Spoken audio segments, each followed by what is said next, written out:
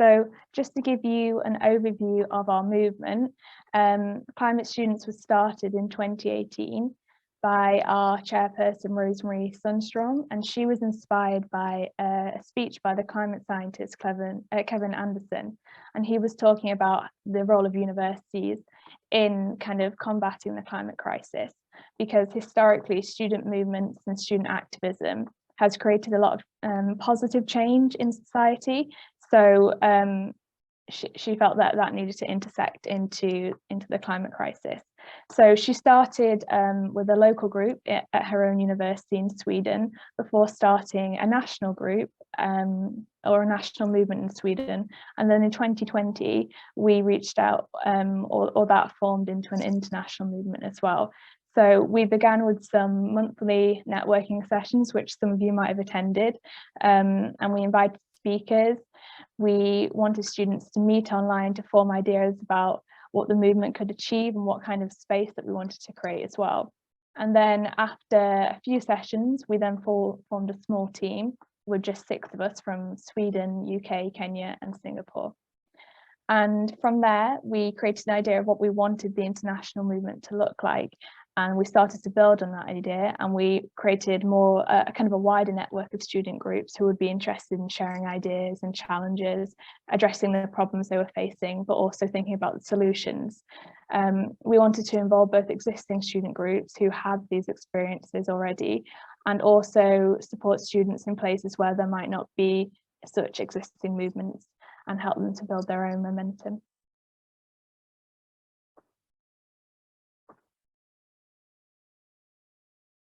So that's kind of what we did. We started out, and we have now kind of like members in many of the different continents, including South America, Europe, Africa, and Asia. We've established national members such as those in Sweden, Netherlands, and Uganda. And we also have relatively newer members such as those in Brazil, Singapore, Nigeria, and very recently Bangladesh, that started kind of with our international movement and started together with it. And we're very excited to continue to engage some potential members from Germany, Austria, Kyrgyzstan, Sri Lanka, and Somalia that applied recently, and US, a group from US that we've just met, I think earlier this week as well. But what does membership in Climate Students do? So the base outline of our membership is mostly monthly meetings where we coordinate between our members, basically. And these meetings alternate between updates where members share about their current situation, challenges, and discuss some of the solutions for these challenges, as well as capacity building, where we will hold like workshops or invite external speakers to share about their expertise. For example, climate finance, climate justice, how to advocate for curriculum changes within universities, and so on. So we're always trying to reflect and take suggestions so that we can try different things and improve as a movement and better support our members, essentially. We're also currently working on providing more specific and direct support to members. So this includes involving them with planning on an international level for some international events, possibly mentorship as well, and networking assistance, and potentially funding support. Moving forward, that's also something that we really want to look into.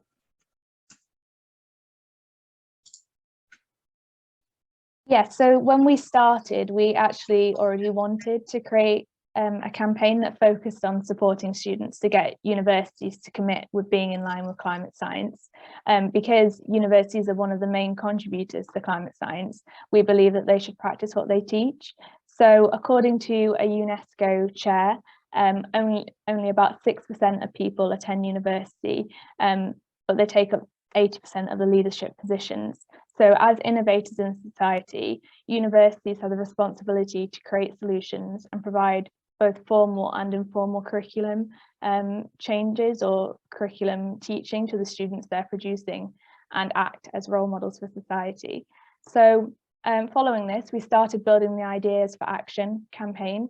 We wanted a student climate framework that universities could sign to commit to setting targets in line with climate science and equity. We wanted them to declare a climate emergency, form a sustainability committee, report on climate impact annually, and also create and implement an action plan to work towards these goals as well.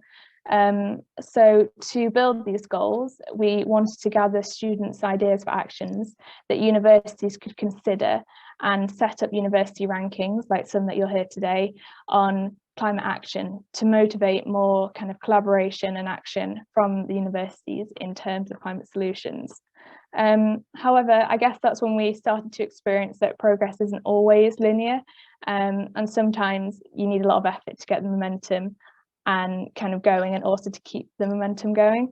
So we have struggled with manpower issues because we are a voluntary organisation, and it has taken us time, and I guess we wanted to share that in kind of the interest of transparency, to, you need time to reflect and regroup. So we thought about that, and then we launched our upcoming campaign, which is the hashtag Act on Your Climate Science campaign. We started to reach out and connect with other student and climate organisations, such as Students Organising for Sustainability International, SOS, and also Global Student Forum, GSF, and we've formed a coalition with them to work on this campaign together. Yes, and then I think, Isha, you're doing the next bit, aren't you? Yeah, so that's kind of the idea for our campaign. At this point, we just want to mention also an important point, which is just don't be afraid to ask. Throughout our movement, we were always a bit unafraid to reach out to people and ask, even people that maybe seem a bit out of our league or something like that. Basically, just don't be afraid to not get an answer or to get a no, because the more you ask, the higher your chances, essentially. And you never know what amazing things that they can bring into your events or meetings as well. Many people in the climate movement are also quite warm and helpful and quite willing to help. And so you have to take any opportunities that you can, and also do remember to kind of give back when possible. So if people need your help to ask you, or they ask you for something, also try to help them when you can. Sharing opportunities, sharing ideas, and building each other up will allow us to grow together faster, basically. Yeah, so where are we at the campaign now? An important step we've arrived at is to create a proposal and budget plan to reach out for funding support that will support both international team and some national mobilization. We've also successfully recruited coordinators in 14 countries and started some academy training session on the topics of climate science and how to develop the campaign. And we look forward to supporting them in building their own campaign teams in their own countries right now. We've also conducted discussions with the European Student Union and the All Africa Student Union recently, and we're hoping to hold regional introductory meeting with their national unions so that we can expand the campaign and recruit more coordinators, this will also be held in conjunction with Green Office Movement, who will be sharing about their movement, essentially. And I think tomorrow at the session Mache from Green Office will also be sharing more about their movement. Throughout this process, we've learned the importance of working towards making our movement more sustainable. We understand that fatigue can occur, and we need to reevaluate how we manage it sometimes. And it's also something that we're working on as an international organization, but we're very hopeful and excited to grow the campaign together with our coordinators. Yes, so recently we've been working on increasing the capacity of our movement in kind of two other key areas, so the communication committee and the finance committee. During last year's general meeting with our members, as our movement has grown a lot from what it started, we again reflected on the importance of having regular external communication about our work, and also it's really important to have funding or a source of funding to allow us to grow and support our members as a movement. So by reaching out to some of our members, we've started to form a small team of students who assist us with creating more professional work for our social media outputs, graphics and things. This started around April this year during Sustainability Month, which we will share about in a bit. And the content that we've been creating for this conference as well has largely been created by our communications team. So that's a massive step forward for us. It's allowed our movement to gain good traction. It's allowed us to reach out to more people and establish good connections. And we hope that this will continue through the next year. And moving forward, we also hope to produce videos and sharings with other online influencers and start to write and publish articles and guides, and also create a separate website for our campaign. Yeah, and so moving forward, we also kind of started up our own finance committee a little later. A little later in the year, after we've worked with basically Global Student Forum on the budget plan and proposal for the campaign, we got some very valuable advice as well from our own coordinators. So we started working on our own finance committee and started systematically working towards getting our own finance opportunities. We started creating some concept notes and ideas, and we're also planning to kind of create some pitch for potential sponsors. And we're currently discussing strategies, mapping possibilities and networks, and we hope to secure funding for our national campaign teams and possibly also some of our members who may need it for some of their projects as well, and the international board. We've also started getting some invitation as speakers to events from last year, and we're invited to 2 conferences this year, and we're very honored and excited to be invited to attend this and share our ideas. We can't wait to reach and engage more students around the world and grow together as a movement. And moving forward, we also plan to study a bit more about the possibilities of engaging with COP28 and supporting our members and our campaign team, I guess, to set up the local conferences of youth in places that may not have it, or to involve them with such projects as well. Yeah, so lastly, we want to talk about, I guess, 2 major activities that we are planning to hold annually moving forward. So the first is our conference that we've been holding in some capacity right now since, I guess, the beginning of October 2020. And as you can see, the conference is an opportunity for us to celebrate the achievements that we've accomplished as an international movement, and also as individual member groups, as you'll see a bit later today. So today, during this event, we'll be showcasing our work, we'll be gathering suggestions on how to improve, hopefully inspiring more students to start up their own local groups and projects, and also motivating ourselves for the upcoming year. So that's the first one. And then the second major activity is that we've started to hold on an international and kind of annual basis is Sustainability Month, and that's held in April every year that you might have seen. So it's based on the idea that one day, Earth Day, is not enough to achieve sustainability goals and to address them.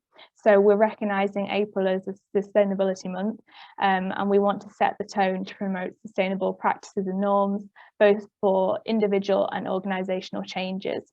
So this began in April 21, locally with one of our members in Finland, Complex, and they advocated strongly for it and worked with us closely to push the projects internationally this year in 2020. So we've successfully engaged up to 23 organisations in this work.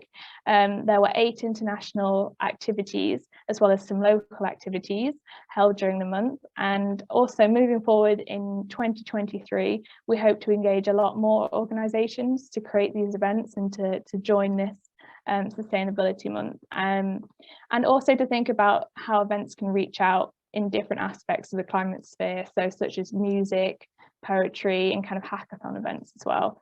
So we want to work towards making Sustainability Month more known, with more publicity, and make it more mainstream as well by reaching out to libraries, museums, local governments, university departments, community centres, media outlets, kind of social media influencers, and others as well. So if you're keen to join the Sustainability Month Planning Committee, we will, you can put it in the chat, or we've got some more information later as well. And some other consideration we've been pondering over include how to motivate students and institutions on how to act. For example, maybe increasing climate awareness in some places, or like how to close this science action gap for people who are already aware about climate issues. Towards that goal, we've been planning to create a climate survey about internet connectivity in Africa with regards to how it relates to climate, as well as building a community of students, for example, on Discord, who may not be necessarily directly involved with the work we're doing, but are involved with climate discussions and may be involved in other related works. So we hope this can help to build connections and networks and set up potential space for potential collaboration. So lastly, I think here are some ways you can connect with us, and we'll be dropping the links in the chat and sending out in the follow-up email as well.